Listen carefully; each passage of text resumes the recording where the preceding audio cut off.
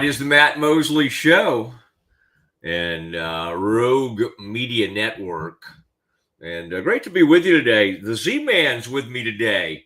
Zach Burke, good friend for a long time now. And Zach's working on just a couple things, and he'll hopefully be joining me before too long here as we come to you today on this Tuesday. And major breaking news. In fact, this would be the time for our breaking news sounder. But it came down just about an hour ago, 45 minutes ago, an hour ago. This has something to do. It feels like sometimes when a team's getting ready to play Baylor, I do not think this is particularly great news for Baylor because especially based on what happened last time. But Mike Gundy has been fired at Oklahoma State. And, I mean, just an amazing career there. I was just looking at some of the numbers, like 170 and 90, I think, over the years. Had an incredible season in 2011 where they beat Stanford in the bowl game and ended up number 3 in the country, I believe, that season. Maybe one of the greatest seasons, if not the greatest, in Oklahoma State history. And then, quite honestly, somebody might be able to go back to whatever years, but I would argue that Mike Gundy is the greatest coach in the history of Oklahoma State. Jimmy Johnson went on to the greatest things, but he didn't stay there long enough to have the kind of tenure that Gundy had. These things rarely end perfectly. They rarely end smoothly. There will be a time when folks can give Gundy his appropriate flowers. Today's not that day because this is just a flat-out firing. This is a program that bottomed out. There he is. There's the beautiful mullet. An embarrassing 52-0 loss to Colorado last year, 69-3 at Oregon. And then for the losing at home to Tulsa for the first time since like 1950 or 1951. So this thing had gotten bad. They needed to make a change. They put out a statement that basically says thank you to Gundy. And but there's no way to do this. There's no proper way. Now, what we don't know is if they maybe tried to say, hey, you're done after the season. We'd like to let you coach out the season. I don't exactly know how it went down. It is a buyout of $15 million. And so it's not Jimbo. It's not nothing. And, they'll have to cough it up. And so he'll go away. Extremely wealthy man like he always was. He'll have some TV opportunities. He could be a consultant. Anybody would bring him in, I think, as an offensive coordinator. And, at a smaller level, maybe even somebody would consider him for head coach. Scotty yesterday, Z-Man, was saying, like if Baylor had to make a coach change, Gundy would be. I don't think so. I think the way this has ended, it just doesn't seem to me that for a Power 4 team, he would be that attractive of a candidate. Certainly as an offensive coordinator, would be extremely attractive. Assistant head coach, a young coach needing kind of an elder statesman. I could see him fitting into some really good roles in college football if he still wants to go. But for now, his tenure at Oklahoma State comes to an end. You put this now with Virginia Tech opening, UCLA opening, Oklahoma State. What's the Virginia Tech? It's more, and I know you have Virginia in the state, but you do have a little bit more of that only game in town feel. I don't know why UCLA's such a horrible job. I mean, you are in Los Angeles. I'm not going to believe that they don't have enough NIL money or donors or people that would step up. I have a really hard time thinking it's that bad of a job. Oklahoma State, because of what Gundy's built, the money the alumni have poured into it, T. Boone Pickens, the money he and then the legacy that is his family and whoever's handling his estate. I assume it's his family now that runs all that. I mean, I don't think Oklahoma State's a bad job at all. In fact, of the openings right now, I think it probably comes to the head of the class. All right. And I don't know, sitting head coaches right now, it's hard to say, who you would go with. I mean, like that coach, that offensive coordinator right now at Oklahoma, the young Ben Arbuckle's looking like a young Mike Gundy. I mean, he is looking pretty incredible. And, Venables is not going anywhere right now, so he's not going to get that job. He's very, very young. He's not the most seasoned guy in the world. He's only like 28 or 29 years old, but he is a hot young coaching name. I think the more, the more reasonable names would be Sumrall from Tulane. Would this be a step up from Tulane? Of course it would. Of course it would. The coach that went to Liberty from Coastal Carolina, Jamie is his first name. That would be somebody you would definitely think of. You need somebody that has the excitement of. I honestly think it would be hard for a place like Oklahoma State to hire a defensive head coach when you've had the DNA that they've had for all these years and the what they're known for. I think this is a place where you need to think about bringing in an offensive minded head coach. Now, Baylor's going in there. Baylor's got a game there, 2:30 ESPN2 Saturday. We've seen what this looks like. 2021, TCU fires Gary Patterson, legendary coach. I mean, it's extremely similar situation. Jerry Kill, the good friend of Gary's, took over for TCU that year, and TCU with at the time really good young quarterback, talented quarterback, stepped in there and had a great game, and TCU beat Baylor on that day, I think 31-28, somewhere around there. And so it's when you have tons of emotion,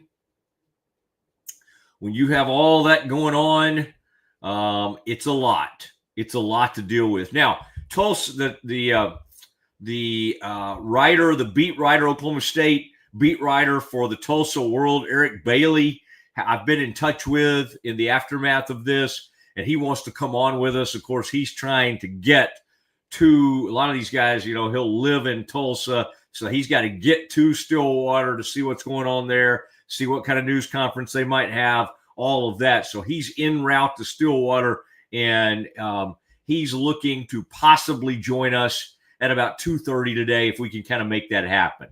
So, and the Z-Man is efforting, I don't like that word really, I think it's a made-up word, to jump on with us right now. The good news is I finally made it. Z's joining me. Hey, man, how you doing? I think I might need to fix myself in the break because I feel really small. But yeah, no, I'm here. And you know what? I have a tendency to make people feel small, but not to you, Z. Never to you. So it's good to have you. I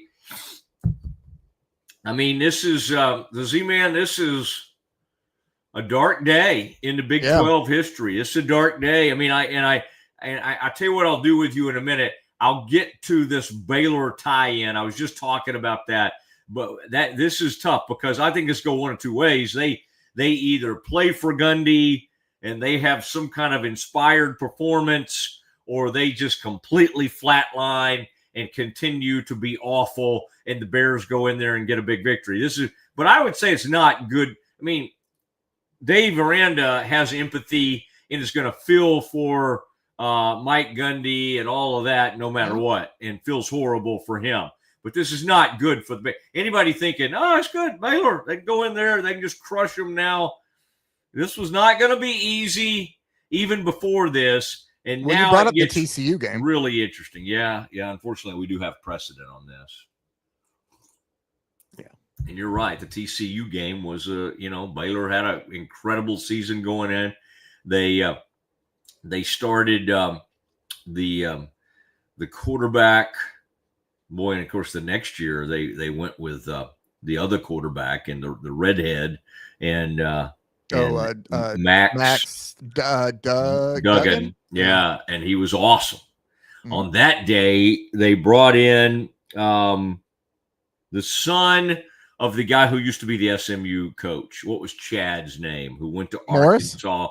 They brought in Chandler Morris, and he put it on the Bears. I don't know who's going to serve as interim. See, I haven't seen that yet. I keep looking to see who's coaching that team. I got OSU people in my mentions like, who's coaching us? Who's coaching us Sunday? And as of 43 yeah, minutes ago, I still haven't seen anything. Athlon had candidates for it, but yeah, I haven't seen them announce anything yet. So, okay, here we go. Offensive coordinator Doug Meacham has been named interim head coach. There we go. Of course, he's been at TCU. He was at TCU for a long time too, under Gary Patterson. So it keeps coming back to he TCU. was, I think, on that sideline when TCU rallied to beat the Bears after they fired Gary Patterson. I mean, listen, this is a 170-90 from 2005 to 2025. I mean, he had almost as long a reign as Patterson did. I think Patterson did 22 years at TCU. Well, that's what I was thinking, and it's. I'm glad you brought this up because I have a question for you, just kind of in the magnitude of this, in a way of a coach staying at a place for so long. Because Gundy was not trying to date any of us here, but Gundy took over at Oklahoma State when I was still in high school. I'm almost 40 years old, but that is a good long legacy at a place. I think that the days I remember, obviously growing up, you had more guys like that were at places 15, 20, 25 years. And it's going more and more of where it's not a commonplace. So I had to take just a step back in general of to think of, wow, Gundy's been there that long. And you talk about Gary Patterson too, a guy who was at TCU for that long. And that's just something we don't see. But even those guys eventually aren't immune to. And that Tulsa loss was that was not pretty. No, you're right. And there aren't a lot more like the Bowden. Obviously, Paterno's career ended in infamy, but he was there forever. I mean, we're talking like 45 years or something insane like that. Bowden was there forever. Grant Taft had a great long career at Baylor, 1972 through the 92 season, I think it was. And so, I mean, 20-year run, similar to what Gundy had. Grant Taft had that tremendous run at Baylor. In fact, Gundy was on either Taft's staff or one of those staffs, like one of his first. It was 96. So it was after Taft. Is that Reedy or is that Roberts? Reedy took over 93, 94. Okay, so it's later. Probably had a 90. Let me think about this. 95 at Baylor, went to a bowl game. Went to the Alamo Bowl because I was there. 96 season, Reedy would have still, and that might have been the first. It's the Big 12. It's the first Big year 12, in the Big 12. It's Reedy's last year, I think. Okay. Gundy was on that staff for Baylor as like the quarterback's coach or something. And, man, that would have been those were some good offensive minds. Obviously, Baylor ran him off and brought in Dave Roberts on the suggestion of Lou Holtz. Lou Holtz said, you got to hire Dave Roberts. That was a disaster. Kevin Still was a disaster. Guy Morris, I liked. I'm not going to call him a disaster because he was such a good man. And not that Still wasn't, but Still was just a really good defensive coordinator who was a horrible head coach. I mean, I think, unfortunately, we're trying to still find out from Dave Aranda. I think he's better than Kevin Steele as a head coach, but that's not saying much. But Kevin Steele, for many, many years, was one of the better defensive minds in the country. And to this day, I think Aranda is one of the best defensive minds in the country. But, it has to translate. And yesterday, Z, I don't know if you got to see the Mosley show. If you didn't, fake it and just say you did. But, Of man, course. we had a lot of good stuff on this issues they're having with their home, winning at home. That's not been good under Aranda since 2022. What's weird about the precipitous and just sudden demise of one Mike Gundy is that, okay, so 2021, playing Baylor for the title. If they win that game against Baylor, they're going to the playoff. They're going to the college football playoff that year. That's 2021. Rough 2022 for the Pokes. 2023, they're back. They're playing well. And in fact, they played in the Big 12 title game, I believe, against UT. Last year, just flatlined. Horrible. We have to, do I think he would have flatlined if it weren't for NIL and portal and all that stuff? No, I do not. I think under the old way of doing things, Gundy was an innovative, strong enough recruiter, had such a good system that he would have been able to stay afloat until he actually wanted to retire. But I think certain coaches, Dabo being one of them, certainly Gundy. Aranda was poorly cut out for the NIL portal era. Poorly. Now, he's tried to turn it around with some success, with the help of administration. He's tried to turn it around. We'll see how this season plays out. I don't think anybody looks at Dave Aranda and goes, Dave Aranda's going to have a Gundy-like stay at Baylor. That's just, it's way too early still, although he's been here a while now. You go back to 2020, 20, 21, 22, 23, 24, 25, sixth season. He's in his sixth season. So we shall see, Z-Man, but tough day. Doug Meacham, who coaches against Baylor on Saturday. Let me tell you a little bit about him. I could keep growing my hair out. I could never get it to be quite as cool as Doug Meacham hair. He's kind of a surfer type, likes to get that curly hair going, likes to grow it out long in the back. Tremendous offensive mind, a funny fit over the years for Gary because he liked the spread concepts. He had Sonny Cumbie under him. Then Sonny Cumbie became the offense coordinator there. Sonny Cumbie now at La Tech, and it's kind of struggling. But Meacham was a guy who went to Kansas. Gary kind of ran him off, and then he came back to TCU because Gary did not like life without Doug Meacham. All these coaches these longtime coaches love safety blankets. And Meacham has been that way for to a certain extent with Mike. But here's where I feel really bad for Gundy. He's rich, he's wealthy, he's going to be fine. All that's fine. I hate that he didn't get to go down swinging. And what I mean by that is not that they were going to have a good season, but they started the season with a young quarterback from Aledo named Hoss Haney. Hejny. I've known that family a long time, so I should be upfront about that. I am very biased when it comes to that family, Hoss Haney.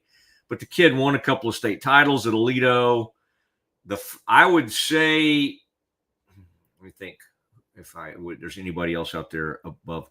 I would say I feel pretty good about telling you, Z-Man, that Hoss Haney is the fastest quarterback in the country.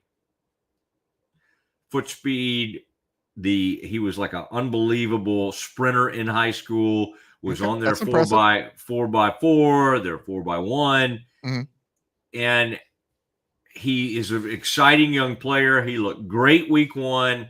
But in that game, he breaks his foot, and they have to go to this Flores kid. And again, it's not all on him. Obviously, they have not surrounded him with enough talent. But I hate that Gundy didn't get to perform and try to sink or swim with this talented young quarterback. Because the Haney kid, he's a kid Baylor wanted at one point. TCU got him. Sean Bell offered him. He offered him too late. And so the kid ends up at Oklahoma State, making really, they gave him tremendous NIL money, and nothing crazy, nothing like, I'm not talking about $3 or $4 million or something like that, but gave him good, solid NIL money from what I can tell. And the kid gets hurt immediately. Sadly, early in his career, even at TCU, he has been injury prone. Man, this is going to be interesting. And I'm going to, oh man. Okay. The press conference at Oklahoma State is at 3:30. I'll tell you what, the guest we're going to have, Z, we have to do some of this on the fly, is saying they're going to be like in a car. Can we do a phone call if we need to? Yeah, I can make it work. Okay. All right. The Z-Man, you just throw anything up against him, and we I'm making sure, but yeah, no, I should be able to I have it wired up to where we should be able to make that work. I'm just gonna say you want to do 2 or 2:30. Okay, we can do. Because if we do 2, we can go out of campus. Well, we could even get out of campus confidential early. Okay, yeah. I just appreciate his willingness, because this is a huge story breaking. He's en route to Stillwater from Tulsa. I don't even know how far that is. Could be an hour, could be 30 minutes. I don't really know, but that's nice of him, because I hope he doesn't compare notes with the columnist at his same paper, because I also asked Z-Man Barry Tramel, the famous columnist for the Oklahoman, to jump on. But I'm lucky enough to have talked with Barry a couple times. Okay. Well, really, you're fortunate, huh? Hey, I'm a mover. I used to be a mover and a shaker back in the day. I say that I wasn't either moving nor shaking, but still, it sounds good. You still are. I mean, when you're on the Mosley show, that's a big deal. That's a big deal. Okay. And even though right now you just look like a tiny little man. I know. I keep needing to. I mean, maybe you could bring your chair up just a little bit. Well, it's not the chair; it's the camera where I have it zoomed in, because it's right there, and I just have to zoom in on me a bit more. But here, you know what I'm gonna do? I'm gonna switch to you. I'm still here, and I'm gonna go fix it. All right, the Z-Man is off, because what we don't want to do is do like a campus confidential with the Z-Man, in a reduced role, just looking like a tiny man in his office. Now, I'm happy to have back. I got the laptop back from Rogue. Oh, there you are. I think we're almost there. You've come up. I don't know. I guess it's almost Halloween. You've got like a skeleton behind you. I don't know what you're into. Kind of a Dungeons and Dragons theme or something. But he's got skeletons behind him. I've fixed some things. I hope people have noticed. I got my 360 camera back. I got my 4K. I'm happy about that. And thank you, Central National Bank. Thank you, Ascension Providence. Thank you, Cherry Johnson, Sigmund, and James. Unbelievable law firm. And then Schmaltz's Sandwiches. We give away 2 free Schmaltz's sandwiches every time I do he's coming up in the world. There he is. There we go. Man. I think that's so. See, if you come up with a good piece of trivia, I may come up with some Oklahoma State trivia or something. But okay. Yes. Okay. Great. 2:00 is when we're going to do that. So we may today, since we've got so many moving parts, we'll go hard at 1:30. We'll do a big 2:00 interview, and then we'll just see where we go from there, because we got lots going. Scotty is on assignment. I mean, we'll just call it that. I got no clue what Scotty's up to, but Scotty who's normally my producer. But the Z-Man and I work a lot together. Z was upset because we have this really cool high school thing we do. And Z does not like a night off. He does not like this was a huge Class 6A Metroplex thing that we do together.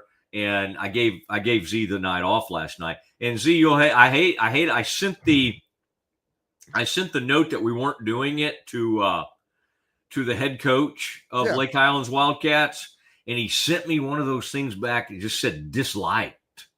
And I thought, ooh, okay. Not even like, okay, thanks, or talk to you next week. It was just that message you can send back from an iPhone, disliked.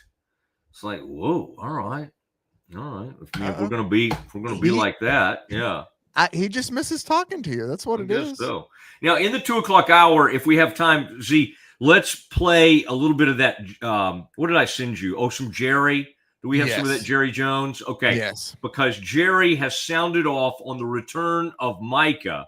Now, since we last talked, let me tell you who's all hurt for the Cowboys. You got Cooper Beebe, the center. You've got CeeDee Lamb out for who knows how long, 2 to 4 weeks perhaps. You've got Tyler Booker, starting right guard, out. This is not good. Now, who do you have coming in as they scheme it up? Z, they're going to scheme it up. Find a pass rush somehow, some way.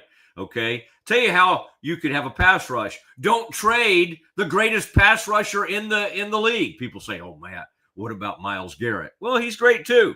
But, they're both great.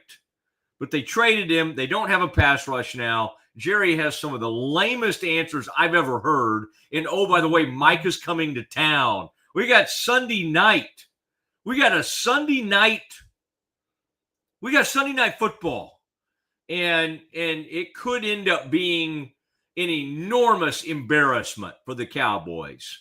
Zach, don't root for it. I know you're a Rangers fan, but you're not a Cowboys fan. I'm not. Root for utter embarrassment. That's going to hurt the Doomsday Podcast, one of the most popular podcasts in all of sports. It's very true, but I will bring up a point that was made by your esteemed co-host, Mr. Ed Warder, in this last episode, is bringing up the fact that this is a Green Bay team, though, that just came off a loss to Cleveland that was embarrassed themselves. So everything off of this, of the Micah deal aside, this is a Green Bay team that is coming to play regardless. I think I saw that the players had talks of how good they were going to be, and the coach was ready to dispel that as soon as possible. So I think that this is a team, especially getting kind of embarrassed by Cleveland, that's coming in on top of somebody like Micah Parsons, who's going to be looking to get after Dak as much as humanly possible, I feel like. Yeah, I think that's all fair. I think that's good. And boy, Ed, I mean, he'll love that you're quoting him. Okay. He'll love that more than anything. Eric Bailey, the Oklahoma State beat writer for the Tulsa World, is who's going to be on with us at 2:00, and he'll jump in with us. In fact, I'm going to send you right now, Z-Man, just his Twitter page. There's a photo on there. There may be other photos out there. He's a neat guy. Eric's just the nicest guy in the world. And a huge breaking news. I've been in these situations as a writer where all this stuff happens and you're trying to get to a news conference, and then you have all these folks, producers and radio people trying to call to see if you'll come on. And I think it's very, and again, he's done stuff with me for years, but very cool that he immediately got back and said, yeah, I'd love to do it. And so we're going to try to pull that off at 2:00 today. And that'll be Eric Bailey from the Tulsa World. He covers Oklahoma State, and he'll have some thoughts on this whole thing, including, who they might hire. Let's see. Top contenders. I love this, that we just immediately, 5 candidates for the job. Now, this one makes sense. Okay. I'm going to run these by you. Some of these are from ESPN. Some of these are just from the mind of Mosley. What's on Mosley's mind? That's part of the Green and Gold Game Day show. We do that every week. UTSA coach Jeff Traylor. unbelievable high school coach. He's had a really good run there at UTSA. Recruits Texas well with a bigger budget. To me, he's the most like, I'm not saying as like an offensive mind really, but from a personality standpoint, he's kind of like a Art Briles type, big time had a huge run at Gilmer, high school background. Like that's who he is. And let's not get into any arts controversial stuff, but yeah, just can I ask just a brief, maybe it's a dumb question and maybe we'll get to it here, but are we done with the days? Because it seems of once like a head coach is gone, that anybody on that staff is probably not going to be, because I can't remember the last time that a head coach was gone and at the end of the season, even who the intern was, they were like, you know what? Hey, unless something just wildly happened, like I can't see Doug Meacham being a choice here. Can you? No. But okay. It did happen fairly recently because they fired with about 3 or 4 games left the Boise State coach, and the interim rallied them, and they actually like went to the Mountain West title game, and they ended up retaining that guy. It does happen. Auburn thought about it because they put who was the great running back for them that took over one year and did a nice job as an interim. Maybe it was I think Cadillac Williams. Might have been Cadillac. Yeah. And they didn't end up choosing him. They brought in Freeze, but it was people were like, "Hey man, Cadillac's doing a good job." Texas A&M offensive coordinator Colin Klein. I mean, he's doing a good job there, but I first of all, I don't know if I were him. He is good, and he's known as an incredible leader. He was a great quarterback at Kansas State. He was on that staff, and he is doing a very nice job with that A&M offense. Okay, so I understand why you would think that. UNT's having a great season with Eric Morris. All right. Do you have ties to UNT, Z? I actually do. Funny enough, I thought you. I have a brother who is a UNT alum. So, okay, I mean, it's just something like that. But yeah, we went and saw them play Southern Miss a couple years ago. I hate to say it, but I think I've seen more attendance there for the high school playoff games. But it was a fun experience. They're packing that place out now. Apogee Stadium or whatever they call it. It was when Seth Luttrell still the head coach there? No, I think he's gone. I don't remember where he's at now. But anyway, that's why I'm bringing up Eric Morris. There you go. He's the current head coach just did as a candidate. All right, Scotty, are you listening, Scotty? I need you to get back in there. No, you're doing great. Now this is the one I already mentioned. Maybe when you were trying to adjust your seat or something. Oklahoma offensive coordinator Ben Arbuckle, very, very young, little bit green for this, but whoa, he's the one who, man, he coached Cam Ward when he was at Washington State. He coached John Mateer, who's now at OU with him. That's an interesting name. Now, here's 3 players that you need to keep if you're the new coach. Rodney Fields Jr., the running back. Hoss Haney, who I already mentioned. Outside linebacker Wendell Gregory. Redshirt freshman. He had 3 sacks in a season opening win against UT Martin. But when you're this bad, I don't know if you can really like start singling out players to keep. Okay. This program's in a bad place. And oh, by the way, the Bears are coming to town. It's not getting any better because you got some angry Bears. I'm going to choose to believe the Bears are not going. Like Dave Aranda should know how to guard against the wounded tiger theory, which is about what he has to face. I got to get new headset. These headphones are awful. They hurt my ears. I'm going to get some. What looks cool on camera? What do you have? Just normal? I just have regular. Well, I had. And what about Beats? What if I get some Beats or something? Those look cool. I don't know if they're cool anymore. At one point in time, I have some like of the in-ear monitors that I usually use as just headphones. Yeah, but they hurt my ear after a while too. So I would say go with what's comfortable. Horrific. And when ESPN Central Texas, when I parted ways with them, which is different. By the way, did you see? Because I actually did leave, and good on them. They tried to keep me. I mean, but I was ready to leave.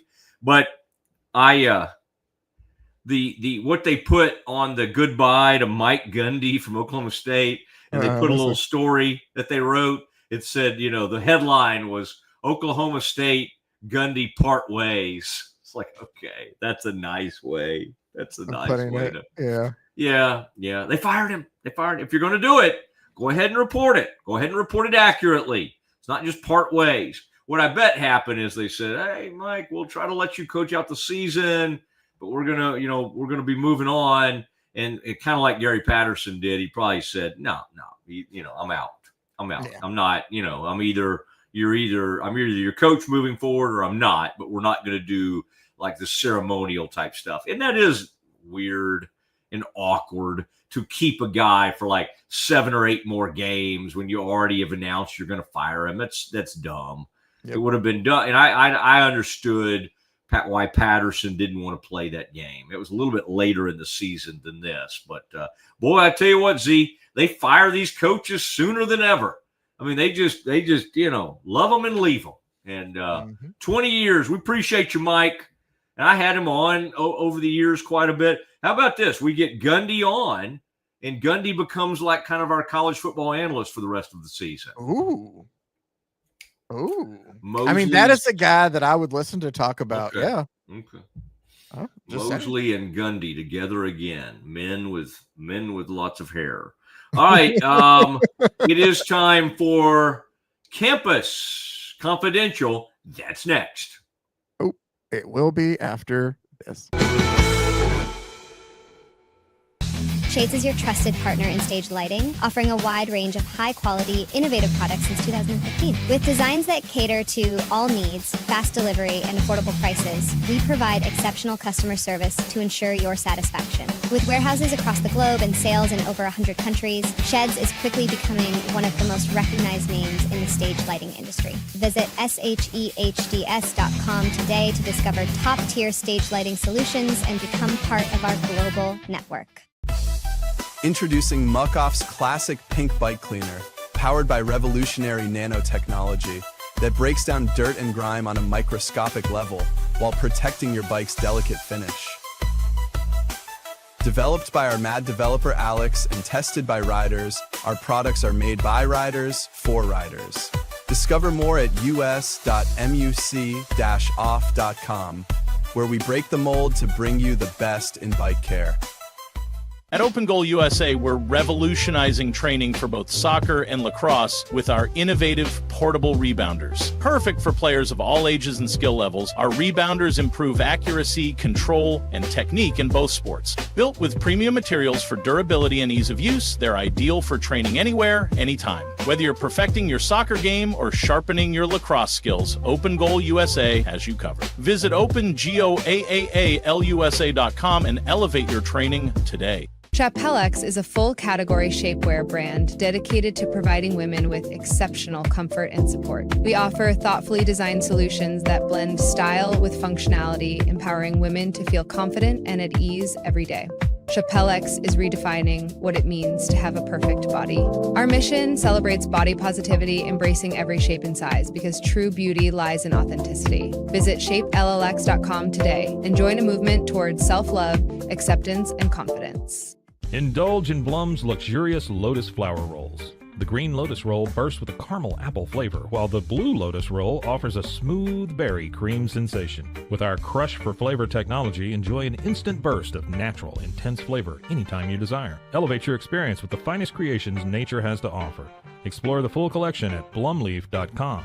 That's BLUUMLEAF.com. Blumleaf.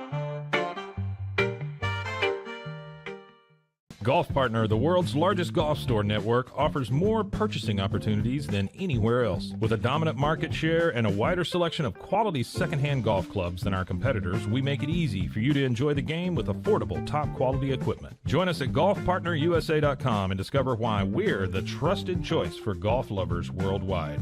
That's GOLFPARTNERUSA.com. Golf Partner.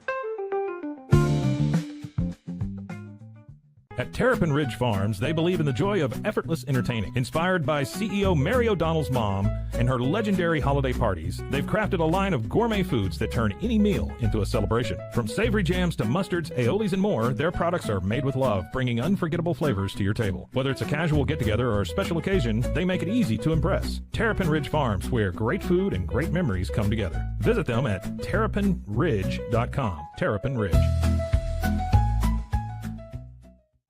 Relax with Hemp Delicious. Organically grown hemp, massively blended with delicious organic herbs, responsibly sourced for their holistic benefits. Each sip offers calming, antioxidant-rich wellness. Brewed just for you. Sip the calm with Hemp Delicious.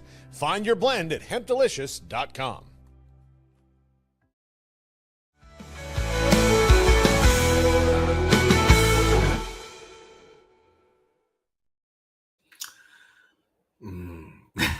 The Z-Man.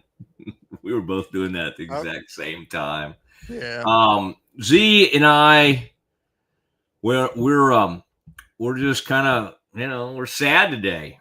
We've lost a Big 12 coach. I mean, he's still with us, fortunately, but Mike Gundy no longer helming the Oklahoma State Pokes, the old Cowboys. Going to be weird. Going to be so strange to look over there and see Doug Meacham. Lord knows I do not want these kids to rally under Meacham. What if they show up and the fandom shows up and somehow the kids go try to win one for Gundy? Oh, there he is. That's CZ, what I'm talking about. He's got a little Mosley hair working for him. Goodness gracious. He does look like a guy that might like to surf during the offseason. Oh, he loves to talk about surfing. He might talk about painting, whatever art museum he's been to. He's got a lot on his plate. But Z, this is a time, boy, you got the graphics. You know how to do it. Oh, and Z, if you do see a button around there that allows you to put up the Central National Bank at some point, we do want to give our the Z dogs. We used to call those Z dogs the Zimas. That's your time. A little something different. I just remember the commercial where the dude's feet would melt to the parking lot on his way. Zima, a little something different. It was like, it wasn't, they didn't put that much into the marketing, but it actually kind of worked well. Thank you, CNB.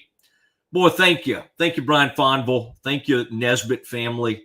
Big time. And then we've got, of course, Brazos Landing. We've got huge things coming up associated with Brazos Landing. And we'll have a live show there the Thursday before the Kansas State game. And we'll have, it'll be fun. It'll be fun. It'll be a good atmosphere, lots of food, come out. They'll probably do some stuff kind of associated with the Mosley show. We may turn it into a tribute to one Mike Gundy. Okay, now we've got a guest at 2. We're going to talk some Gundy with, from the Tulsa World, Eric Bailey, who covers that team and is going to kind of bring us up to date on a few things.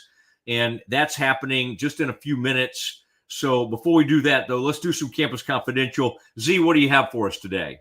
So for Campus Confidential, first of all, thank you for everything you sent me as kind of a starter for some of this stuff. Starter kit. I think the best place to start kind of is just a one-off we have before we dive into football, and that is from the world of college basketball, which sees Auburn now, I would say without a head coach, but they've already found a new one.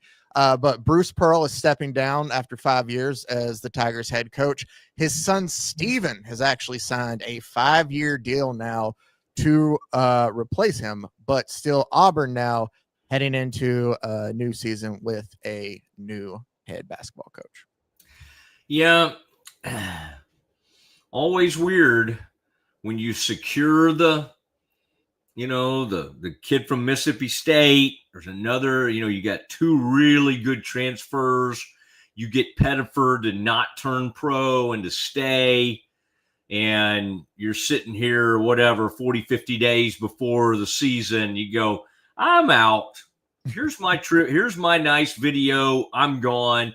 But it's my son. It's basically the same thing. Steven, you know Steven, he's a good guy.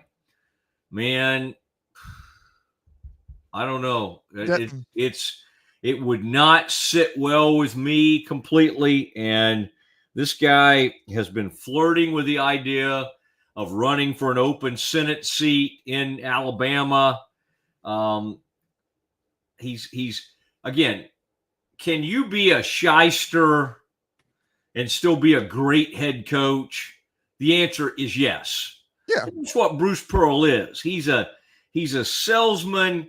He's oily. And by the way, we need salesmen. Some of my good friends are salesmen, but he's a little too slick, but he's also a great motivator, and he's had a great college career. Now, he had like a 5-year show cause, or at least a 3-year show cause for cheating at Tennessee. They're not cheating anymore. It's just like, hey, how much you need? How much do you want, point guard? How much do you need? How much do you? I mean, so it's all legalized, pay for play now, and you go, oh, Matt, we've got these new rules. Whatever. I mean, if you want to tell yourself that to make you feel better, that's fine. But Bruce Pearl is one of the best college basketball coaches of the past 20 years. He was great at Tennessee. He comes to Auburn, where they basically were nothing. And I mean, even going back, I guess, you go back to Barkley, and they've had some decent moments over the years, but Chuck Person, some of those people they used to have. But in recent years, the last, how many seasons did he go, Z? 10 seasons or like 8 years? It was 2014 to 2025. So like right at 11, I think. Are you talking about at Auburn there? Yeah. Auburn. Yeah. Okay, cool. So yeah, right around 10, 11 seasons. About a decade. I mean, 2 Final Fours, 3 conference championships, incredible run. Incredible run. Do I love the coach in waiting son deal? No. It like, I'm just trying to think when it's worked. It's hard. Yeah, it's hard. It didn't work at DePaul. It didn't work at with Texas Tech when Bobby Knight tried to turn it over to his son. Yeah, I mean, you got a decent shot of it working at U of H because of what Kelvin has built. But even there, I wouldn't bet big on it. I do think Kellen, the son has done a good job, and he's hung in there, and he's been very loyal to his dad and all that. But the son in waiting, I don't know. If you can show me where it's worked, what's his name? Snyder tried to do that in football at K-State, and it was a disaster at the end, and they didn't turn it over to the son, and so it was all ugly, and whoever they turned it on to, Ron Prince then Snyder had to come back. Oh, I mean, it was yeah. It's generally not a good thing. No. Try to turn it over to your son. And I just cannot. I wish I could tell you a time it's worked, but nothing. Now, the coach in waiting, I think the guy at Duke's doing a great job. He was kind of the coach in waiting under Coach K. The guy at UNC, not so much. Hubert Davis, not so much. So the coach in waiting can work. The son in waiting, I don't love it. All right, what else do you have, Z-Man? So now let's take and shift our focus to the world of football. I was trying to see if there was one other option or one example that I was going to give, and I did find one. Tony Bennett, it brings up as one, I guess, in college basketball. His father, Dick Bennett, he has about 40 more wins, I guess, as a career wise, but that's one where a son might be a little bit better. Anyway. But wait a second. What we'd have to look at. Oh, that's true. Like where they were, and did he take over for Dick at Washington it would have been State? Washington State first, and I don't think he did. So that is completely different. You're right. Okay. We'd have to look at that one. But it's a good.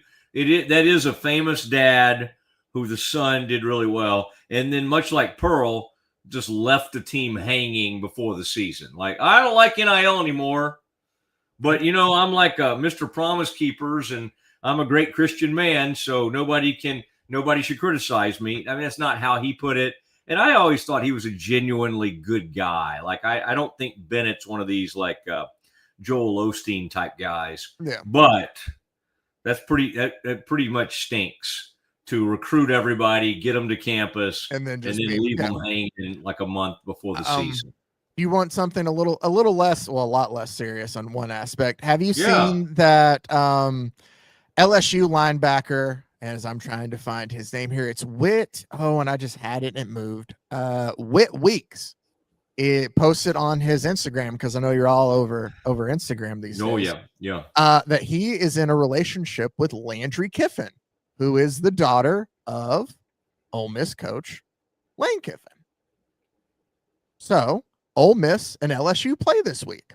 After this had been kind of posted, I guess, and made public, Lane Kiffin, I saw today, actually had 3 words for this whole thing after it was all taken.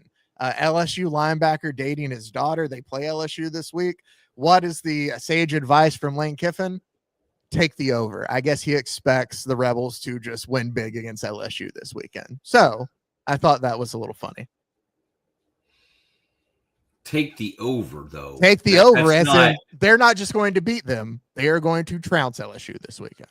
Yeah, but I don't think that doesn't make, from a gambling standpoint, if he's saying take the over, couldn't he just be saying it's going to be a high-scoring game between the two teams? He is, but I'm taking it, unless, maybe I'm reading into it. Wait, but now let me ask you, Coach, are you saying that the take the over has something to do with the Whit Weeks? I mean, is he like, did he say it in response to all that stuff? It was. Are they really dating? Have the two of them announced that they're actually dating? She was like kind of sitting real close to him. I don't know how many people I sit next to like that, unless there's something. I don't know. I'm not going to say that there. It does say, I really love college football. What does it say? Lane Kiffin's daughter, Landry, letting the public know she's dating LSU. Oh, she let it know 5 days before the game. Yeah. And that was from Outkick's Trey Wallace posted that, to which Lane Kiffin just replied. Okay. Take the over. To me, yes. In gambling, it could just be You're maybe he's saying, high total. That's interesting. But for me, I also take it as a way of, even if, Ole Miss kind of turned it on, I would say their offense looked really good against Tulane last week. Hey, what if we just took that literally and we said, hey, should a coach be giving gambling advice? And it got him in trouble somehow. All right, do you have one last one? I have one more, which fits with, getting in trouble, because Syracuse is fined by the SEC $25,000, and they were publicly reprimanded on Monday for faking injuries in their 34-21 victory over Clemson last weekend. This came in the 9:25 minute mark left of the fourth quarter. They said that there was a clear attempt to gain unmerited advantage by stopping the game in order to secure an injury timeout. Cade Klubnik, the Clemson quarterback, is the one who obviously accused them of this as well. But yes, fines have been levied against them for this now. The ACC office and the National Coordinator of Football Officials reviewed the play. According to it, they agreed the action violated the spirit of the injury timeout and fair play, and was done as a way to circumvent the new injury timeout rule to avoid the team being charged a timeout. Man, really, Syracuse may never recover from this. It is interesting to see, because I knew this would be hard to enforce, and so they're trying it. All right, we're going to give a call here in just a couple of minutes to the Oklahoma State beat writer for the Tulsa World on this huge news that Mike Gundy has been fired after 20 seasons at Oklahoma State. That is next. When Central National Bank decided to partner with Baylor women's basketball, we didn't know exactly what that partnership would look like. What brings you into the bank today? For the last couple of months, I've been noticing a charge on my account, and I would like to block it. I see. So you have a charge? Yes. And you'd like to block it? Yes. I think you should take the charge. What? Yeah, I definitely think you should take the charge. I don't think you understand. Sometimes you just have to take one for the team. Is there a manager available? We love that Coach Collin is all about the team. Once we get the vocabulary down, the sky's the limit.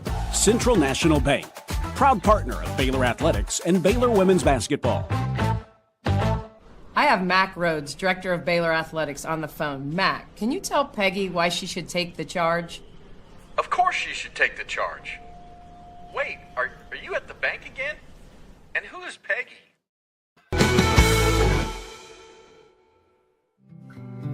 Are you ready to take control of your health? At 4U Health, we believe wellness and lab testing should be accessible, inclusive, and yes, fun. With our tech-powered at-home lab test, you save time and money while feeling your best. Say goodbye to long waits and office visits. Check your health on your own terms with 4U Health. Visit 4uhealth.com today and free yourself from traditional medicine. That's the number 4uhealth.com.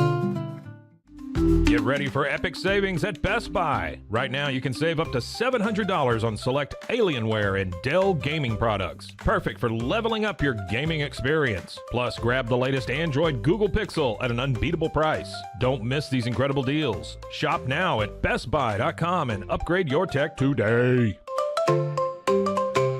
At Fullwell, we bring together the expertise of registered dietitians, MDs, and OBGYNs to give you the best fertility support. Our research-backed bioavailable formulas are crafted with your health in mind, ensuring the highest quality and safety. From preconception to pregnancy and beyond, we exceed industry standards with independent testing for harmful contaminants. With our comprehensive practitioner directory, personalized care is always within reach. Fullwell, your trusted partner on your fertility journey. Visit us at fullwellfertility.com. Experience the perfect blend of exquisite craftsmanship and life-changing technology with Gevi. Every product is built with precision, featuring specialized parts that ensure durability, efficiency, and safety. We put every machine through 6,000 rigorous tests to guarantee long-lasting performance. With cutting-edge technology and a commitment to energy efficiency, Gevi makes your life easier, greener, and more convenient. Upgrade your everyday with Gevi. Visit us at gevi.com to discover more. That's gevi.com. Have you ever watched true crime television and wondered, how did they get that story? I can show you.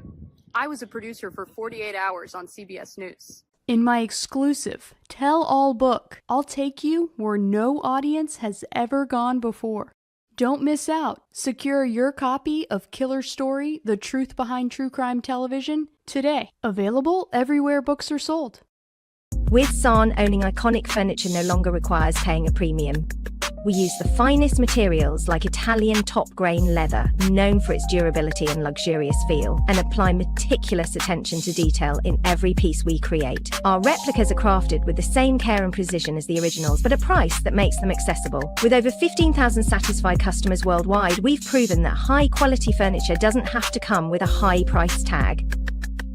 Explore our collection today at san.com. At Covers & All, we've revolutionized protective solutions with cutting-edge, customizable covers, tarps, and curtains. Using advanced tech fabrics that are 100% waterproof, UV tear, and abrasion resistant, we ensure lasting durability with hand-sewn double-stitch seams. Our commitment to quality, precision engineering, and customizable options is unmatched. With vertically integrated operations and express shipping, we deliver premier protection at affordable prices. Visit coversandall.com today for the perfect fit, guaranteed to last.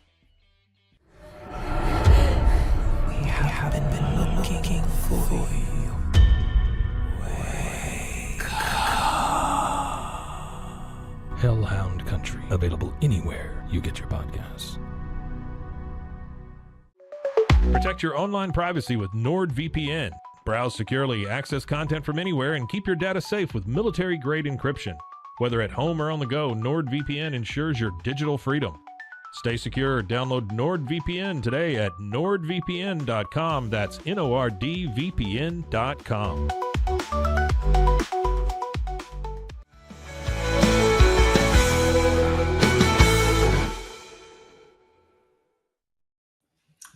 Well, we are joined quickly by Eric Bailey from the Tulsa World, covers Oklahoma State.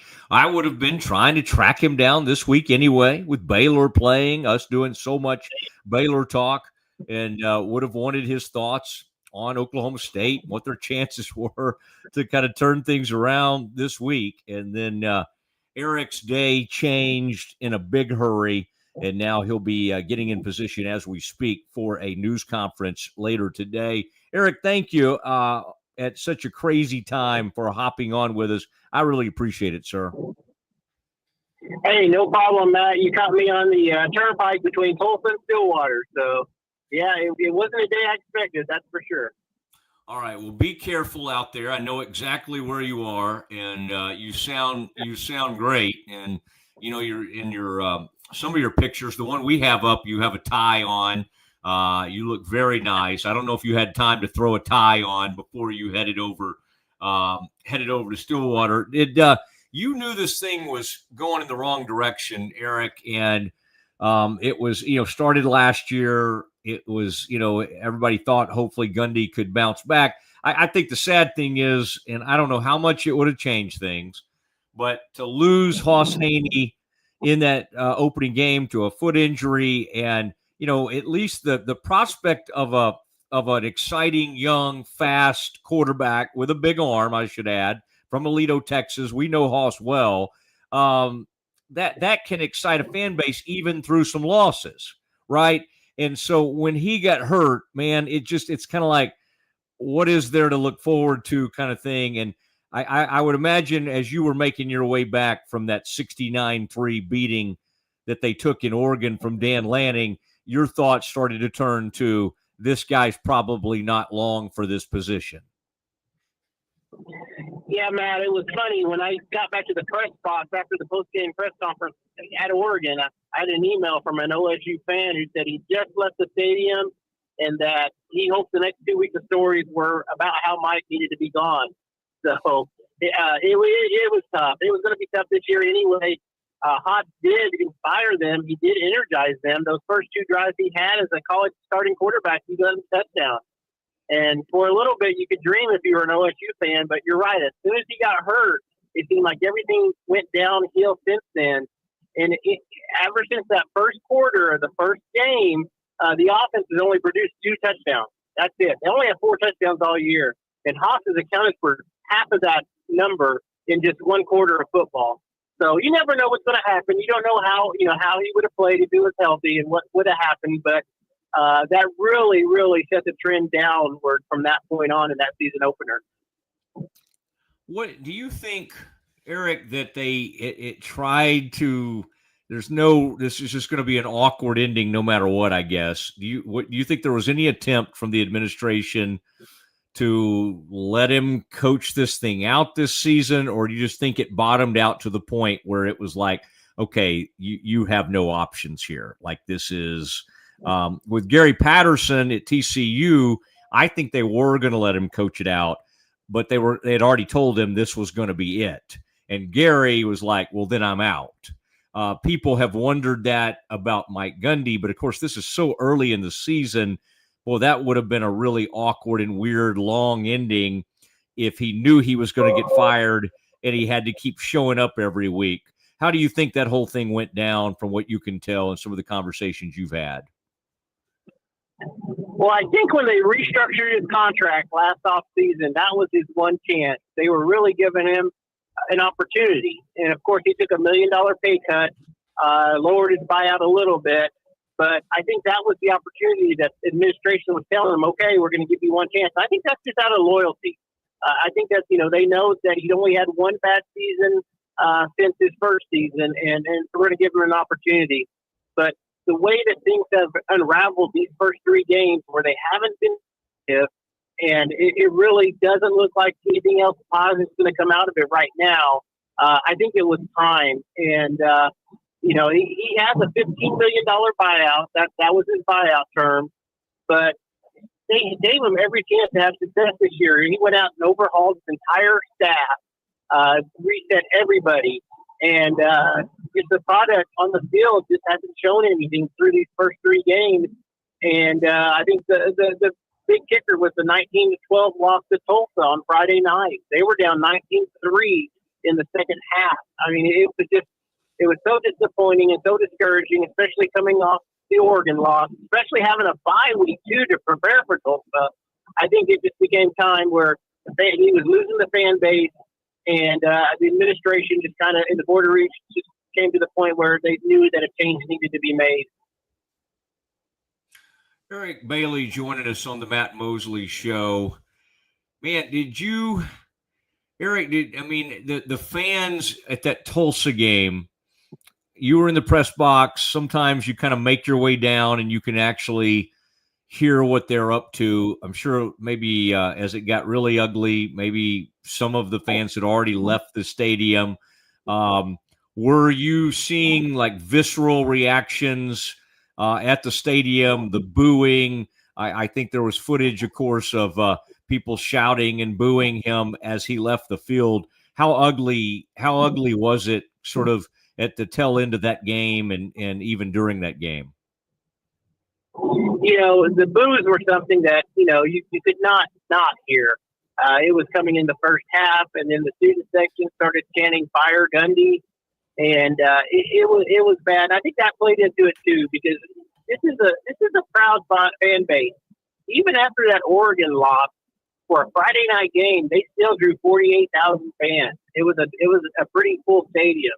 So I think that they're a loyal fan base, but I think they just got disappointed by the product on the field. And yes, you could sense that it was time. You could sense it in the stadium in the last couple of minutes, and you could really tell by Mike's press conferences. He answered some really tough questions his last 3 or 4 press conferences, all about his future. And even yesterday, when we had his weekly news conference, he mentioned that he wanted to coach this year and that it was his plan to get better and finish. But he even said he understood that why he was getting those questions as well. So it just became a time at that Tulsa game. You're right. You could sense where that direction the fan base was going. It's odd if they knew where this thing was headed that they let him go out there and do that press conference on Monday. Who knows? Maybe there'll be some explanation for that. I saw one report that said the AD is not in contract right now, that maybe his contract is expired. Is there any, do you think that that with this president, the alignment that they have, do you think the AD is in trouble here? Or do you think that the AD, with the help of whatever kind of committee or search firm they hire, will have a big say in this hire? Because as you've seen, sometimes these big time college administrators just have this taken away from them, and some of the donors actually go out there and make these hires. What's going on with that situation? Well, Oklahoma State had a president change during this calendar year, so there was a change at the top.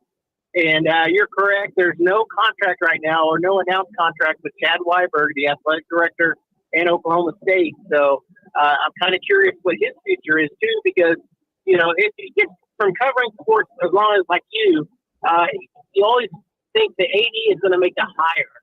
So it's kind of unusual to fire a coach and still have the AD, and then if you do fire the AD, it seems out of sequence a little bit. You'd think that the AD would be fired first, then the coach. So Chad Weiberg doesn't have a contract now, but it's interesting. His press conference this afternoon at 3:30 in Stillwater. Chad Weiberg is going to run the press conference, and undoubtedly he's going to get questions about his own future too. So we'll see what Chad has to say about that as well. I know you're right about the donors. This is what I told everybody. In the age of NIL, you need money. And if you have some donors that aren't willing to invest in a bad business deal, or in this case, a college football team that just doesn't show any promise, you do need to make a change. And I think for Oklahoma's benefit, maybe this change does open the pocketbook to some of the bigger donors, and it gives them opportunity to get more competitive in the NIL game. Can I ask, does the T. Boone Pickens, like the estate or the family, it's hard for us after all those years and all the unbelievable amount of money that he gave that program, even though he's gone now, it's hard not to think about him, in these times. And I'm sure you do it too, because you've been around and you know what he meant to that university. Like, has anyone else, nobody probably could rival him and his passion for that athletic program, but are there people that have emerged as like huge donors, or are there any family members that that do show up and are like tied into the program. I just, he was so present and so meaningful to that school that it's kind of, I feel like sometimes it's hard to, he's left a vacuum in a way. And I'm wondering, are there people getting ready to try to fill that? I think that's what we're waiting to be seen. Of course, like Oklahoma State, like a lot of major football programs do have those ties to donors that do have money, but we haven't seen anyone step up and give if someone's going to rival $165 million like Boone Pickens. But I really think that there are some donors out there that have been waiting to see what's going to happen with this program. Oklahoma State has a large alumni base, and they have a strong fan base too. And I'm just curious to see, like you said, what's going to happen next. Are there going to be some big donations coming this way to help get players? It's interesting too when we look at the Boone Pickens donation to the school. It was 20 years ago, and a lot of it was for facilities, which Oklahoma State really desperately needed. And it helped in terms of recruiting, getting that money in and upgrading all their facilities. Now, what do you think life would be like if there was a Boone Pickens currently that gave $165 million? That would go a long way in player personnel, coaching, and everything like that. I think donors now are seeing their money not go to facilities, but go to players. So if there is a big check coming, you can bet it's going to be for that quarterback or that offensive tackle rather than facilities. So we'll just have to wait and see. It's funny now. We look at Tech, and fan bases are like, wait, who's our Cody Campbell? Who's our and Oklahoma State had one for a long time. Eric is headed to cover the news conference this afternoon, I believe around 3:30.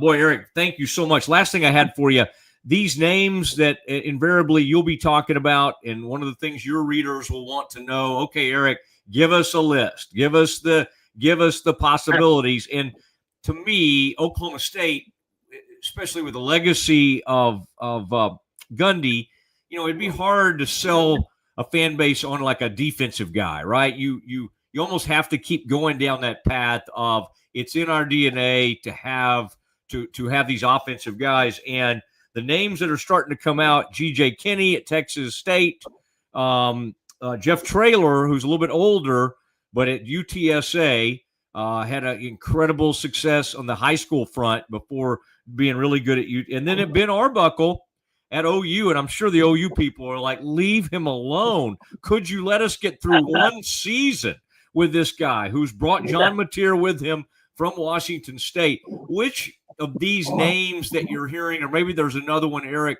kind of resonate with you? And do you think those are good names?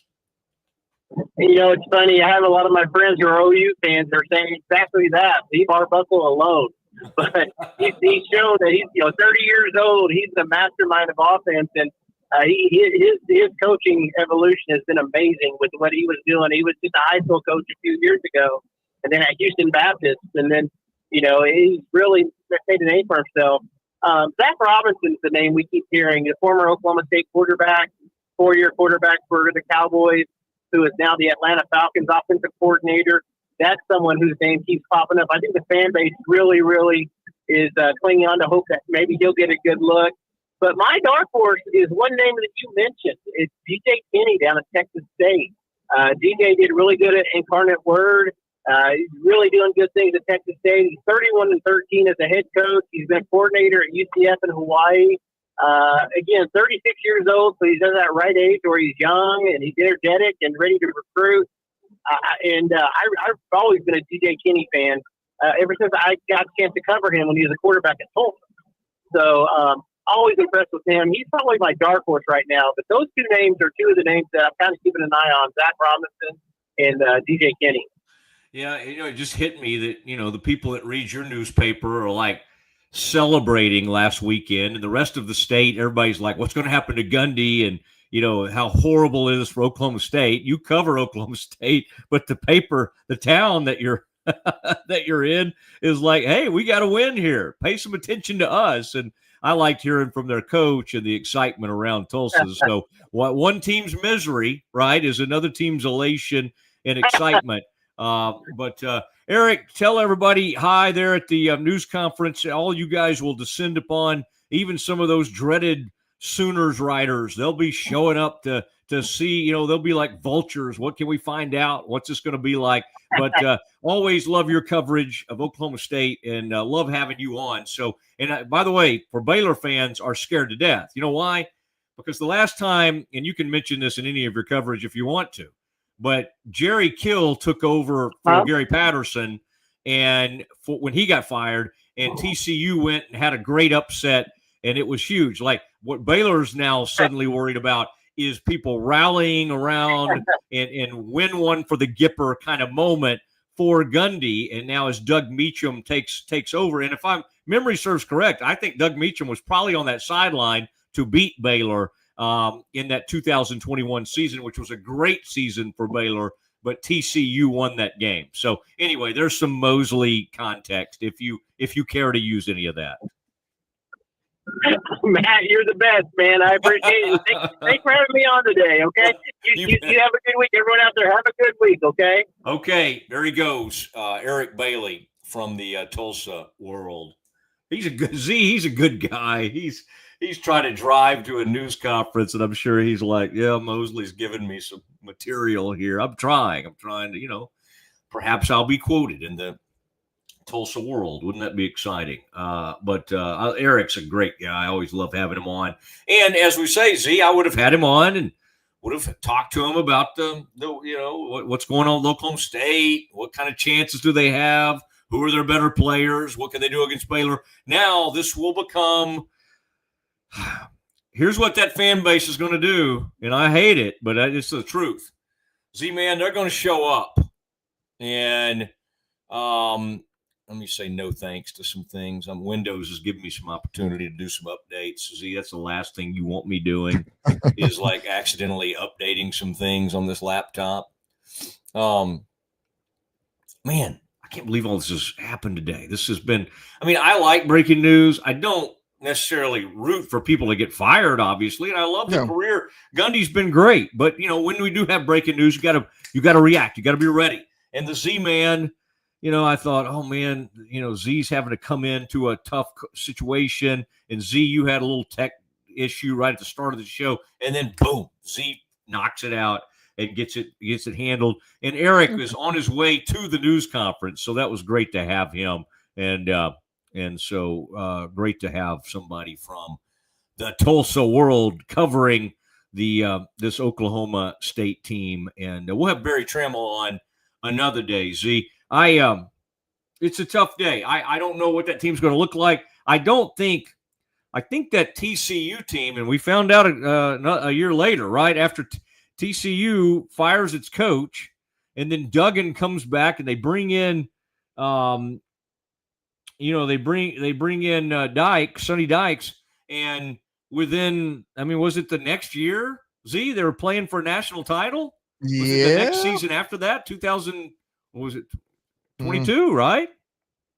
Anyway, they quickly turned the page, and I don't think Oklahoma State's going to do it that quickly, but that was pretty amazing what they did. But what that showed is Gary did not leave the cupboard empty, and in fact, some people would argue that Patterson would have turned him around.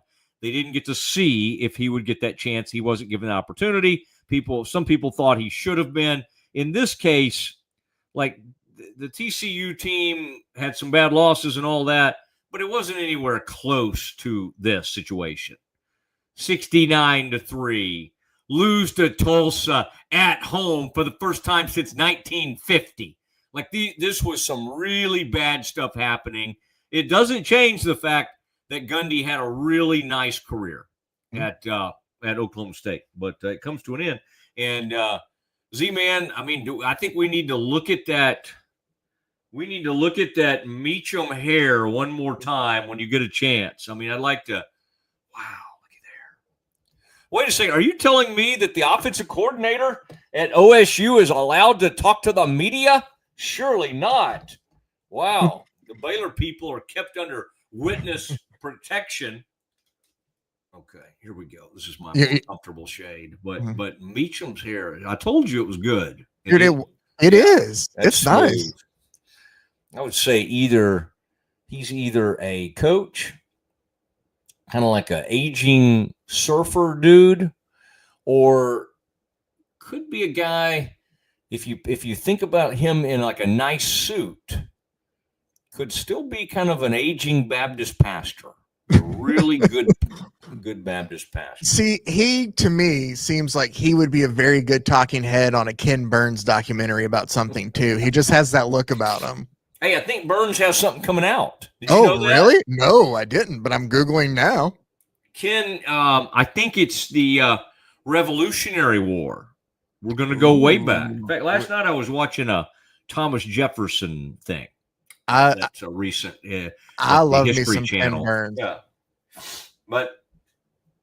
And you always know the Ken Burns by how he does all his stuff. You know, like you can predict the photos and everything he does. But he does a good job. Ken Burns got to be getting on up there now. He's got to be in his pretty early 70s, I would think. I would think I can find that here. It's a 12-hour 6-part documentary, November 16th. But yeah, the American Revolution.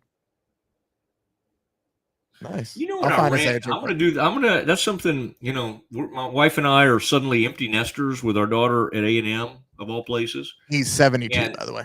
72. I thought he might be in his early 70s. The one that I didn't quite get through that I think I really enjoyed, but I couldn't invest the time, was his whole country music one.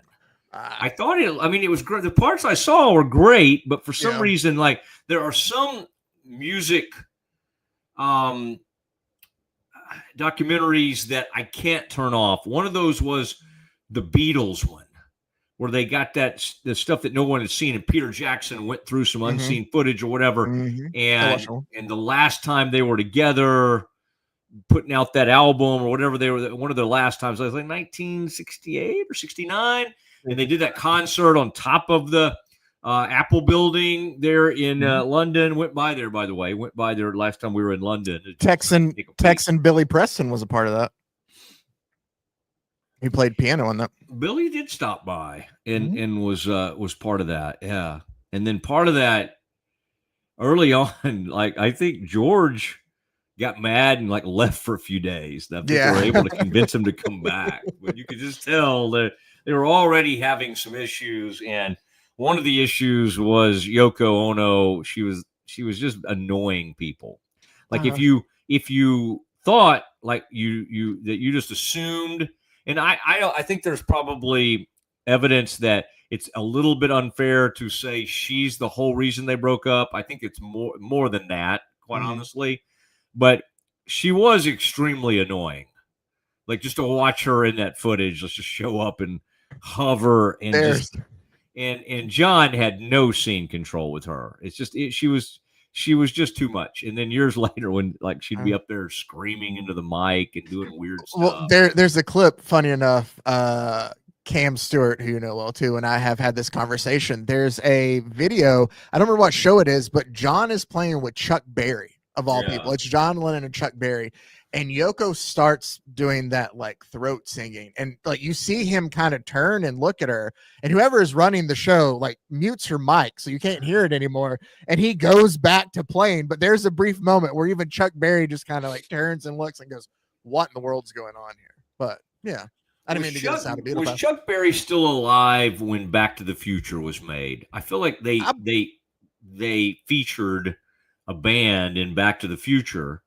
And I felt like it was Chuck Berry, but I don't know if he would have still been alive then. You think so? Well, I think that was Chuck Berry. I know. He's not in it. I think the whole bit is that the guy who's playing goes, "Hey, Chuck, you got to hear this," and he like holds up the phone to Michael J. Fox playing. Right? I haven't seen Back to the Future in forever, but I thought that's how it went down. There wasn't a band that was somebody playing Chuck Berry. No, I think. No, there's a band playing, but I think that Michael J. Fox character goes out there and plays Chuck Berry on the guitar, and one of the band members holds out the phone and was like, "Hey, Chuck, you know that sound you were looking for?" And like holds it like that. I think But I looked it up. Chuck Berry passed away in 2017, so he was for sure. He could have been in it. He could have been in it. He could have been, but I'll look at that too. I don't think he was in it. And Michael J. Fox was like not supposed to be in that movie. Like the guy, they started filming scenes and everything with a young guy named Eric Stoltz, I think was the actor, and then Michael W. Fox came in, and the rest is history. Because I would say he was in several memorable roles, but that was the most.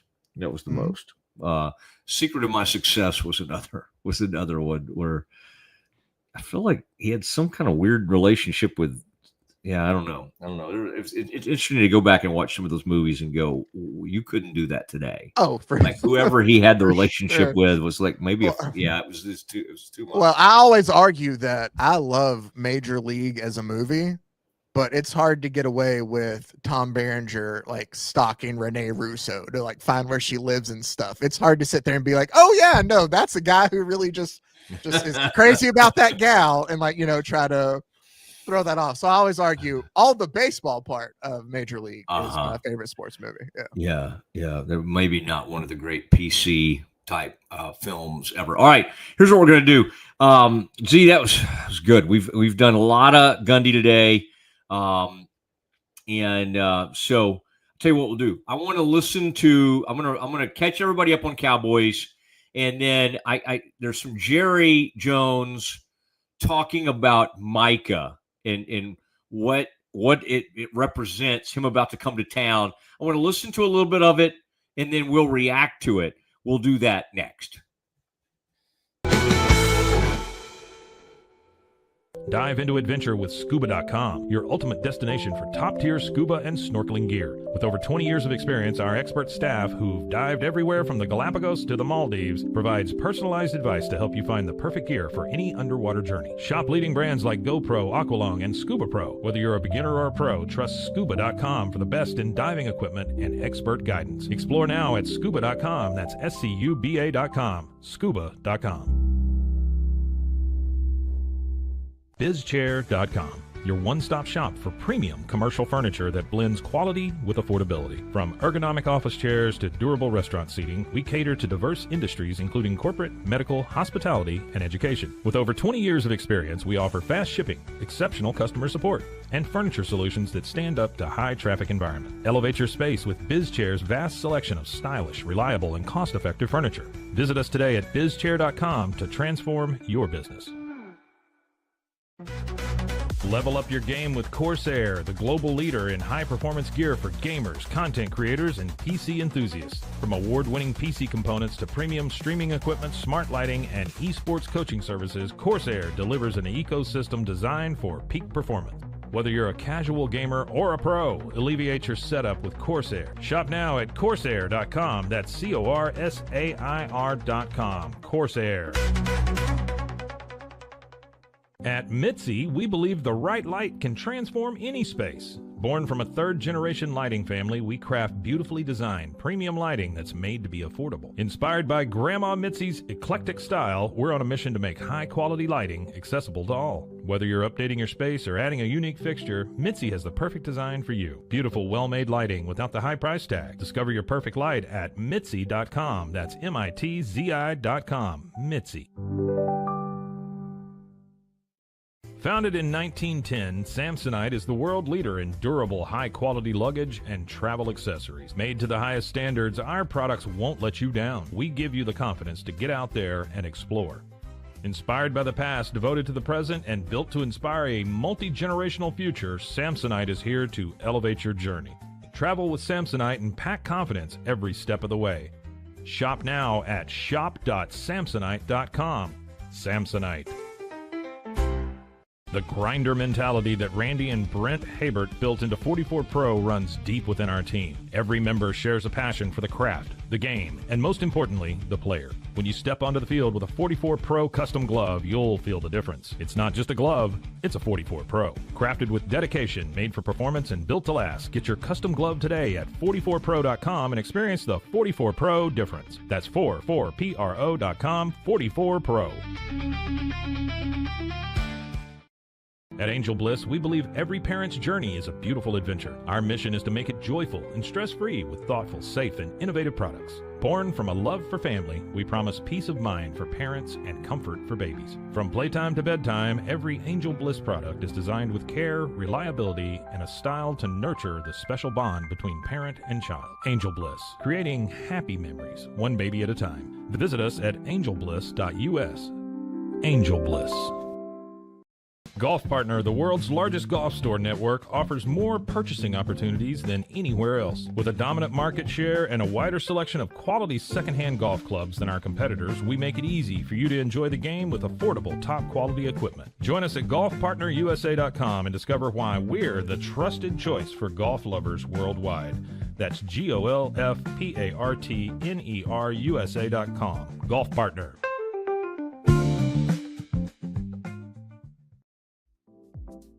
Since 2003, Bluehost has been empowering people to harness their brands online with innovative web hosting solutions. Trusted by over 2 million users, we're the longest-running WordPress.org recommended host. With Bluehost, you get a safer, better web experience, supported by the world's most popular site builder, and backed by our commitment to open source projects. Visit Bluehost.com today and take your website to the next level.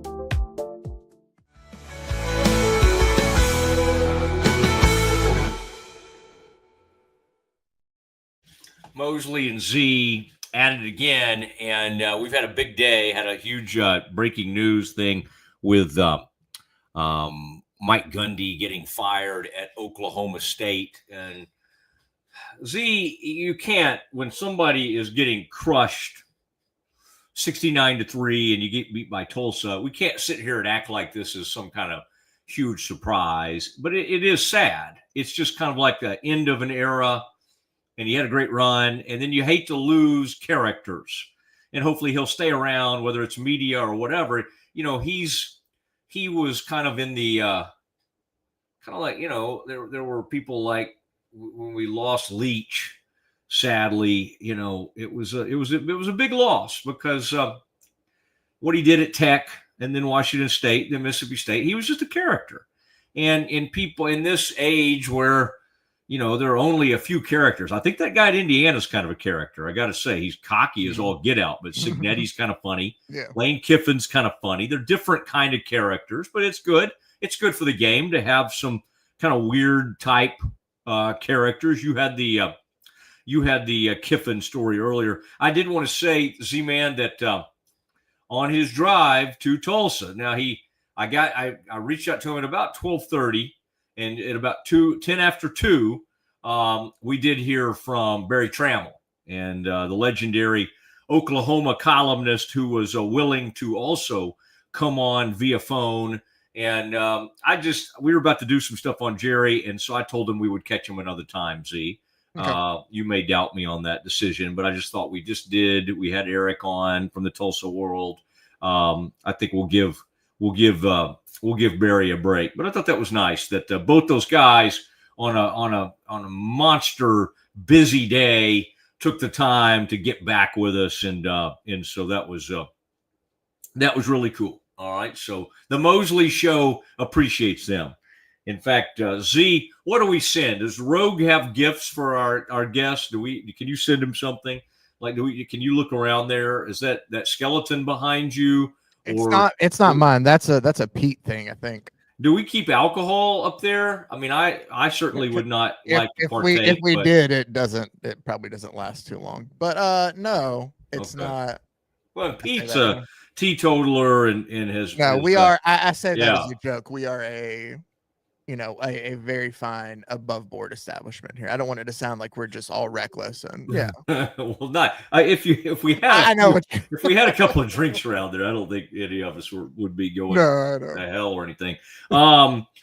Z-Man, let's delve into this though. It is now time for Micah to return to town. I listened to Schottenheimer for a long time yesterday.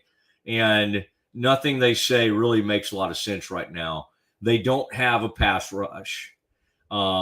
Jerry tried to explain today and I just cut this out. I don't even think we get to this part, but he was sort of asked about what's going on with the pass rush, and it's like he's trying to explain that you've got the zone coverage not really matched up to the front. They're trying to get home with only a few. They're not. He's still acting like they have the personnel, they have the right coaches, but it's so bad that today the Cowboys flagship station 105.3 was already asking about, like, does he not like firing coaches during the season? Like, I don't think he's going to fire Schottenheimer even if this thing goes completely off board, because it would be very, very unfair to run him off. I mean, after you traded your best player. Now, what's even more embarrassing, potentially embarrassing to the Cowboys, is to have, I mean, first of all, it was embarrassing for Eberflus to send him to Chicago and have what happened. I mean, like, that's just awful. To go back to where he just got fired, and then all of that happens. On top of it, now you come back to town, you're 1-2, you got a mad Packers team who just lost to Cleveland after a week when they were like, this team could go undefeated. Is this Green Bay team? Nobody could beat this Green Bay team. Are they the best team in the NFC? Well, the answer is no. They may be. They may very well end up being the best team in the NFC, but they're not great enough to go undefeated. No, but I mean, I don't think there's anybody out there right now. Who are the best teams in the NFL, Z, right now? I would say Buffalo. Tampa looks pretty good in the NFC. The Chargers are look really good in the AFC. So you got Buffalo and the Chargers look really good. In the NFC, you've got the Eagles, who had to have a mighty comeback. They were down 26-7 to the Rams. So I think you would say Packers, Eagles. The Niners are undefeated, and the Bucs are still undefeated. The Niners are having to play with Mac Jones right now. Wait, who did you say was still undefeated? Who's the Niners and the Bucs? Okay, yeah. I mean, all the Colts good, are too, but the Colts are not one of the best teams in the AFC. They're not one of the best teams in football. So it's hard to say it, although Daniel that's Jones is playing really well. He is. First of all, this feels like a very watered down NFL right now. Oh, yes. Like, Eagles do not look great. They had a great comeback the other day, but they have not looked great this season. The teams that are generally pretty great, Ravens are 1-2. Are they a great 1-2 team? Yeah, probably. Chiefs 1-2. Kind of scrapped around against the Giants. I don't think they looked great the other night. I think they're kind of on the downhill. The thing is about the Chiefs, though, by the way, that's a Baylor guy making some plays for them. Tyquan Thornton is making some plays in the passing game for them. All right, Z, let's listen, though. I want to listen to, and I may stop it at some point, but let's try to listen to Jerry Jones as he makes sense. And Z has to cut up way too much Jerry these days, okay? Because Z is involved in the Doomsday Podcast, very popular Cowboys podcast that we do, Ed Werder and I do. It's part of the Rogue Media family. Let's listen to Jerry talk about Micah, and then we'll react to some of this. Do you feel any extra competitive drive to win this week with Micah Parsons coming back? Yes, I do. And I think that, of course, I have said this time and time again, I think the world of Micah. And as an individual, and, of course, know him well. And I might say I wish him well, except it's obvious I don't this weekend in terms of Green Bay winning the ball game. And so it makes for an exciting time, and I'm anxious to see if over the years when I saw Michael mitigated, when I saw teams playing pretty well, which he's going to make some plays no matter how you play. But when I saw people play us well with Micah in the game, and it did happen, then obviously we'll be looking to try to run those kinds of plays. After acquiring Kenny Clark, I mean, if you ever question Jerry, I mean, I think Jerry's still all there, as much as that surprises people. I think Jerry's still brilliant in a lot of ways, but that should embarrass every football person or football fan of the Cowboys, is when he basically ends that by saying, I think we'll try to run some of those plays that were, and he's basically saying what teams had success in the past against the Cowboys in Micah. But what he's not saying is Micah had a ton of sacks. Mm-hmm. Micah was on pace to be like his, Reggie White is who the late, great Reggie White, and what he did at the start of his NFL career. It matches up pretty similarly to what Micah was doing. So for Jerry to say, we'll run some of those plays, it's very kind of laughable. Now, Z, I should tell people what we are hearing Jerry on the Cowboys flagship 105.3, where you hear the games, and then, of course, you hear the games on the different affiliates across the Cowboys network. But this is 105.3, and the show is Sean and RJ. All right, Sean Sharif and RJ Choppy. All right, and so that's what we are listening to. All right, let's continue down this path, Z-Man. Spoke about how important it was for you guys to be able to stop the run. Did you guys, in those discussions about what to do with Micah, determine you just couldn't put together the kind of run defense you wanted to have with Micah on the field? Well, we weren't about to give up in terms of stopping the run, and we not made the changes we made. But you're always looking to get better. And we should have looked to get better, because stopping the run has been a consistent, no matter if we've been through the coordinators over the last few years that we have. We should have continually been working on ways, because when we got to the playoffs, almost invariably, our vulnerability was being able to stop the run. Now, I really like our personnel that we have in the run game, and that we have inside right now. And again, we have some help on the way with our linebackers. So, again, every team has some help on the way, but we certainly do. And so I look for us to play better because of the personnel. Jerry Jones. And yes, we do have as good a guys in the middle as we've had in a long time. Jerry Jones, brought to you by your North Texas Ford dealers. Ford is the best in Texas. I've been dying and waiting since California. Oh, I'm sorry. I thought, did you want to chime in? Oh, no. Let's keep going. Waiting since California to ask you this question. I've waited for today because it has to do with a famous Jerry Jones line and statement, and saying that, of course, is attributed to you. Don't let your money get mad. Jerry, do you think with the Micah deal that you let your money get mad and it just became a little bit too personal versus a football decision? Absolutely not. Not at all. It was nothing personal. I told you I like Micah. And there was no issue regarding, as much as people wanted to make that of it, there was no issue regarding feelings relative to the negotiation. Certainly not on my part. It was just par for the course. And the facts are the negotiation was ongoing. Now, people made a lot of that we weren't talking. I had on the table the best I could do, period. Mm-hmm. And really, I wanted to see if by chumming it up out there that we could see what Micah might be worth in trade value.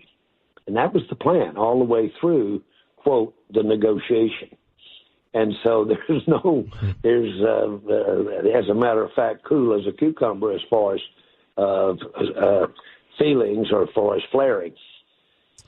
Jerry, you've said that as great as Micah is, the 5 or 6 players you guys get by moving him was worth more to this team right now. Why did you decide other players in big money contract situations like CD and Dak were more valuable than the potential 5 or 6 players? Well, because at some point you look at where you're trying to go as a team and look with how you can afford to get there, which has to do with the cap. We decided 2 years ago that we wanted to go forward with Dak. Now, that was quite a challenge because the combination of what we'd been paying him plus what we ended up paying him really takes up, if you will, your currency. That's just what it is. Once we decided to do that, then obviously we wanted to maximize what we can do on offense, and there comes Lamb. And both of these guys were very, very indispensable as far as any type of plan that we had going forward. Micah, just as he was extremely attractive in terms of making a trade, Micah is also and was a very attractive player for us to go forward with on defense. We decided after having done Dak, after having done Lamb, looking ahead at who we were going to want to do, which is very important here, looking around the corner and see if the players we've got, who we're going to put in our top 6 or 7 salary-wise. We did all of that, and it came up the trade. Looking back, doing it over again, would you have traded him earlier in the offseason? No, not at all. Not at all. We needed this timing. We needed to be right here at the beginning of the season, in my mind, to get the highest value. I heard people talking about, well, why didn't you trade him back before the draft? Because draft picks become the most valuable timing-wise you can have them in the off-season before the draft. That's when the pick becomes much more valuable and the player becomes less valuable if you're trading a player for potential picks. So I knew the time to get the picks was while this season was available to whoever got Micah. Having said that, the timing was right when it should have been. Jerry Jones right here on The Fan. A big topic that's developing, Jerry, is what is Jerry going to do with all that capital, all that draft capital? You going to go ahead and wait, or maybe try to, not a panic move, but a save the season move with these injuries and try to get win now help, I should say. So how you plan on weighing that, Jerry? Win now help with all the draft capital you have versus just waiting to use them after the year?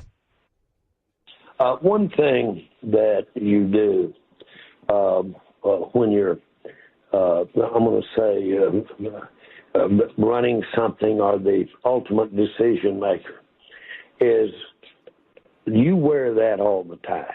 There's no time of the year when you're not thinking about these things. And that goes that way in many things that I'm involved in.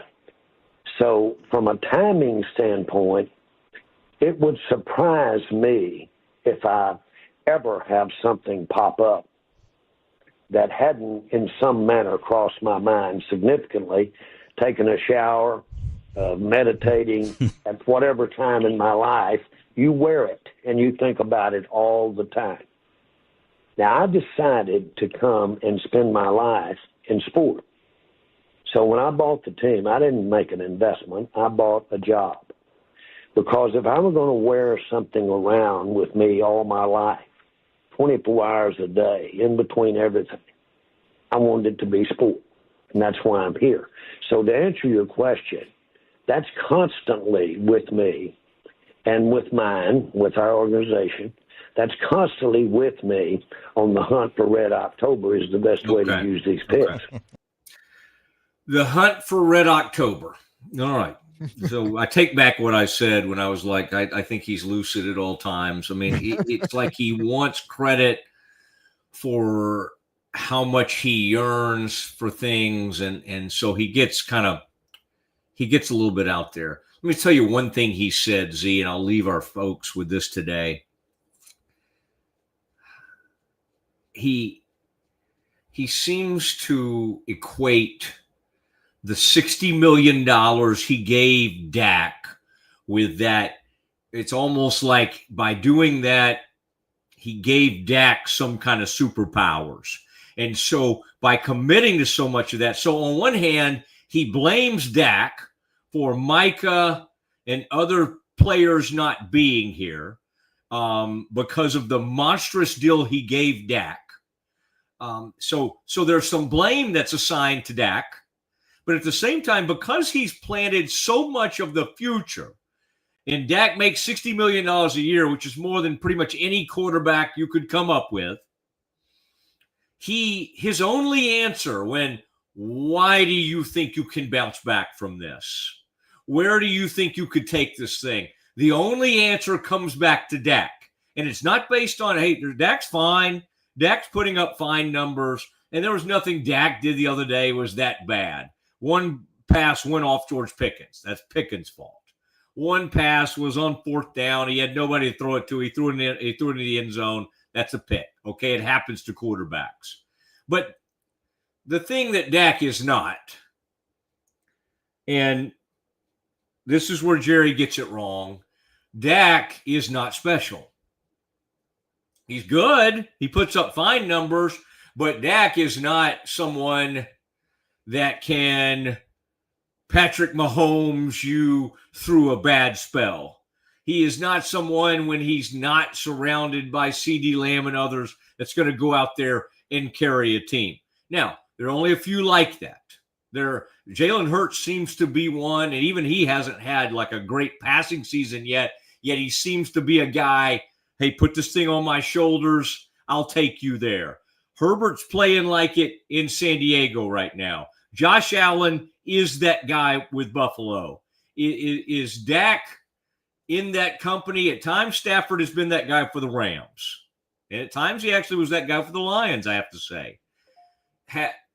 I don't think Dak at age 32 or 33, whatever he is that guy anymore. If you put everything around him, yes, he could do some things. But you've strapped him with a team with no pass rush, no pass coverage, a horrible defense, and you're asking him to go score every time. Go score every possession. Didn't do it the other day. I'm not saying he had a bad game, but they scored 14 points. So Jerry has everything kind of discombobulated. He wants to blame the lack of cap space and some of the things they haven't been able to do on paying so much money to the quarterback while also putting his complete trust that the quarterback will bail him out. He's not capable of it. Doesn't mean he's not good. Doesn't mean he's a bad quarterback, but he's not capable of getting that done. And Jerry is having this circular argument with himself that doesn't end up anywhere. And that's what leaves the Cowboys in a bad way. That's where Dak, and that's where we'll leave it today. Z-Man, good stuff. Man, we had to react to this Mike Gundy news. We've had great guests. We had Eric Bailey on. We may have tomorrow, we may get Barry Trammell on. We've been able to really, jump some people into spots. And I'm grateful that we were able to do all that. And then the Z-Man will be sharing some of this on our various platforms. And I appreciate it, Z. Great job by you.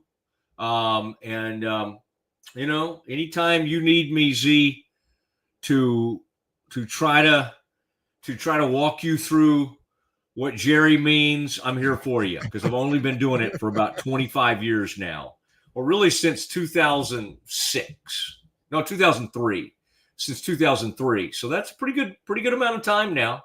Pretty good amount of time of my life that I've spent trying to sift through whatever Jerry's selling. And boy, today it was not much. There was not much to grab onto, but it was worth at least visiting and reacting to. Z, thank you, buddy. Thank you, sir. It is the Matt Mosley Show, Rogue Media Network. Scotty Swingler will be back with us at some point. And appreciate everybody who was a part of this one. For the Z-Man, Corey Dickman, and the Rogue Media family, I am Matt Mosley. Good night, everybody. When Central National Bank decided to partner with Baylor women's basketball, we were hoping Coach Collin would bring that a championship mindset, to do whatever she has to do to take our workplace culture to the next level. Well, these donuts are pretty good. Guys, how we doing? We're good, Coach. Craig! What are you doing? What do you mean? You have to dunk it.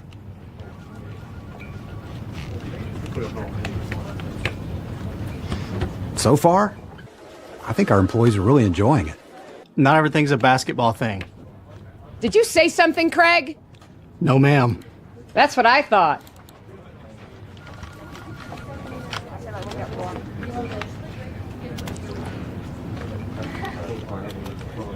Dude, I think she likes you. Central National Bank, proud partner of Baylor Athletics and Baylor Women's Basketball.